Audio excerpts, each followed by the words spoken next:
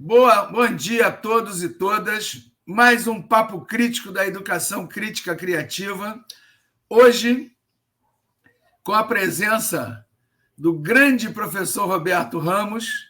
Vocês estão acostumados a ver eu e Magno no Papo Crítico, mas agora vocês vão começar a ver mais também eu e o Roberto e o Magno, o Zito. A gente vai começar a colocar mais as pessoas da educação crítica. O bom dia do Roberto para todos. Bom dia a todos, bom dia a todas.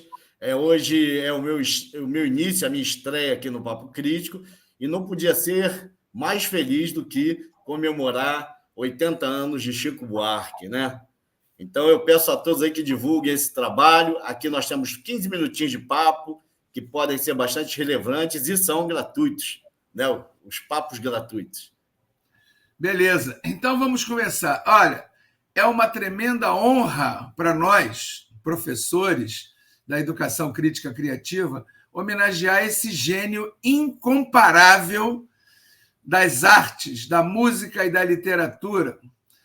E o Chico Buarque tem uma história grandiosa. Na verdade, né, ele não faz 80 anos, ele faz 80 mil anos, né, porque o Chico ele é um ícone muito forte que nunca vai desaparecer, né? Então vamos começar a falar do Chico, que é o que interessa. O Chico é uma junção de Nordeste com Sudeste, né? Vocês sabem muito bem que ele é filho do grande, né? Escritor, professor, né? Que fez uma obra maravilhosa em relação à participação da escravidão no Brasil, né? O pai dele foi importante para abordar esse tema da escravidão no Brasil. E o Chico sempre teve muito contato com intelectuais de alto peso, né? Isso foi fundamental na formação dele.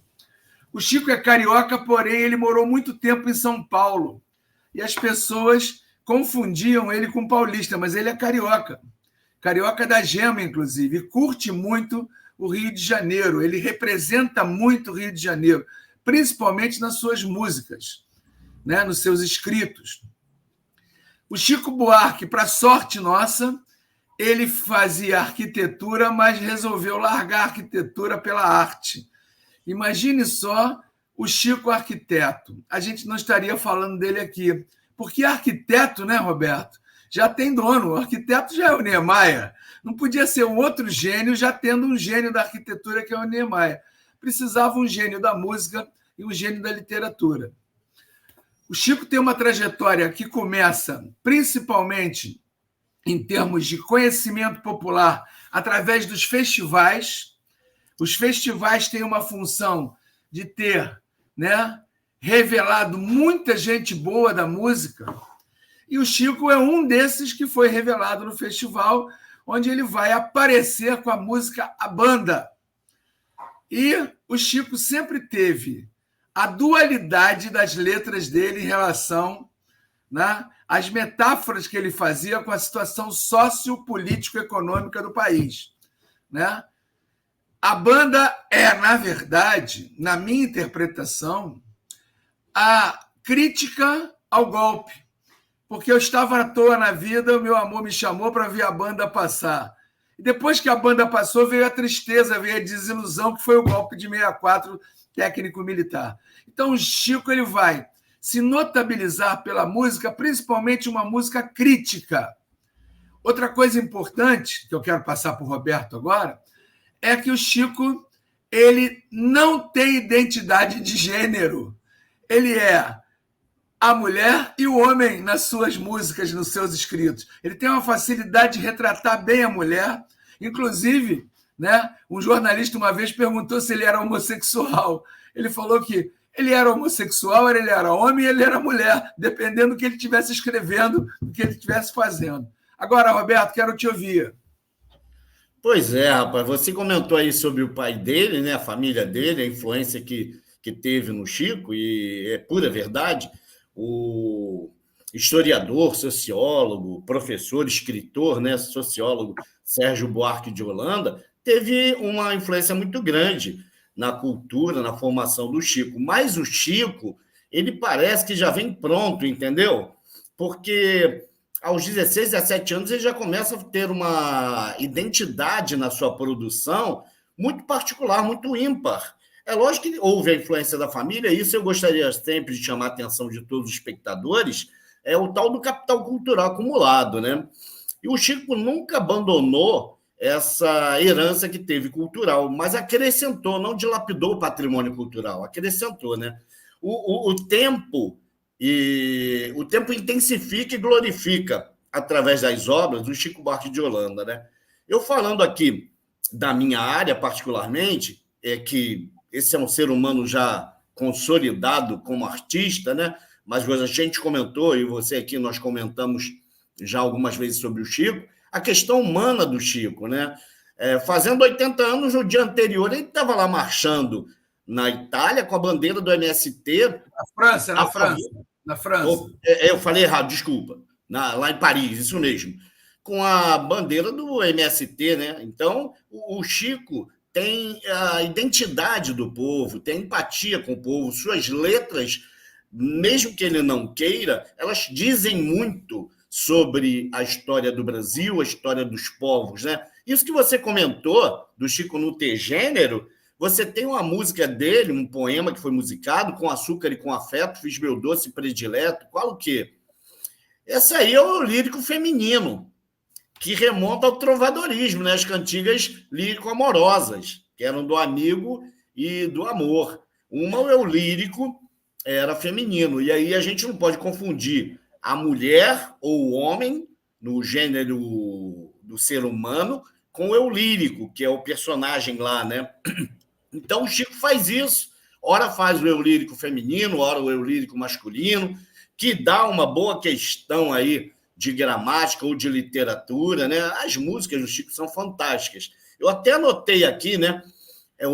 A extrema-direita e a ditadura civil-militar tentaram e perseguiram bastante o Chico, tentaram cercear o direito de liberdade do Chico. Mas acabou que o Chico foi o verdadeiro algoz desse pessoal.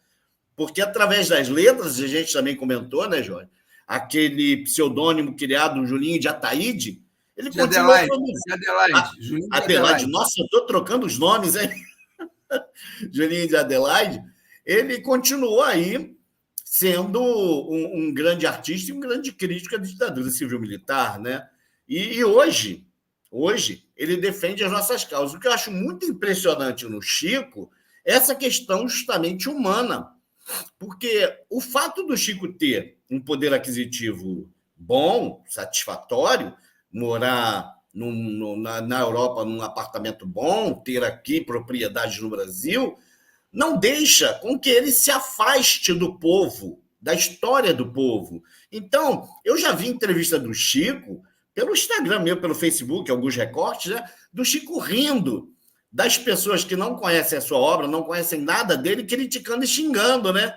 Então, ele, com as parcerias que fez, com os encontros que tem, né, ele só foi acumulando mais capital cultural.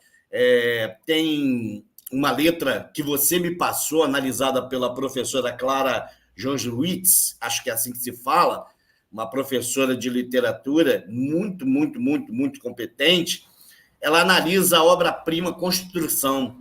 É uma obra que toda hora está caindo aí nos concursos, ou então está caindo em provas de algumas escolas particulares.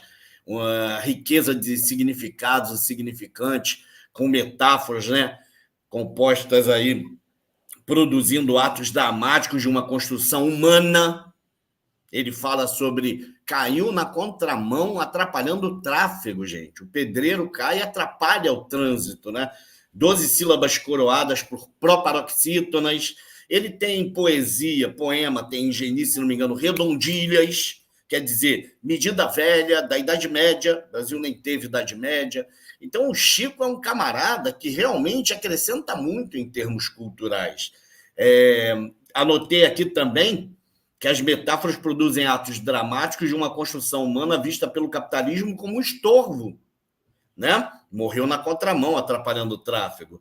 E uma repentina aparição do sagrado, que a professora chama muita atenção, que é a parábola do filho pródigo, que se consagra com Deus lhe pague.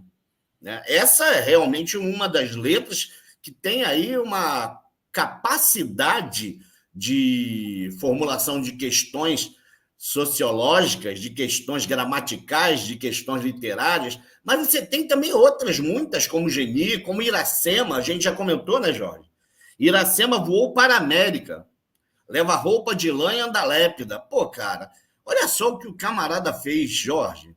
Iracema de José de Alencar, né? Voou para a América. Pô, a gente também não está no continente americano, né? Então, ele transgride a variedade padrão, ele inicia um verso com pronome oblíquo átono, né? Às vezes me liga a cobrar, é Iracema da América, e ele faz isso sabedor do português brasileiro, por isso transgride, e conhecedor da variedade padrão, né?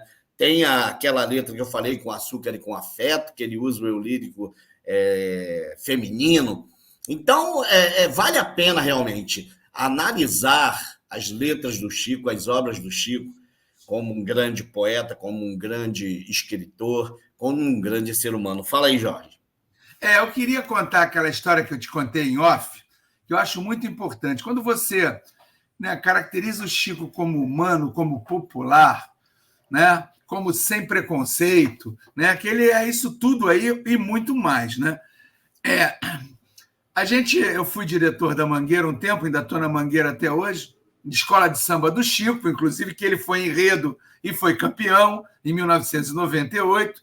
Inclusive, a partir daí, ele começou a ser chamado de Chico da Mangueira, né? Porque ele se identificou assustadoramente. E volta e meia ele está no show de verão da Mangueira, que é um show anual que a Mangueira faz para vender para as empresas, para arrecadar dinheiro para fazer o carnaval. E toda vez ele está lá, presente, e os artistas que vão abrem mão do cachê para ajudar a Mangueira. E ele, o Chico, abre mão também, porque ele tem identidade com a Mangueira.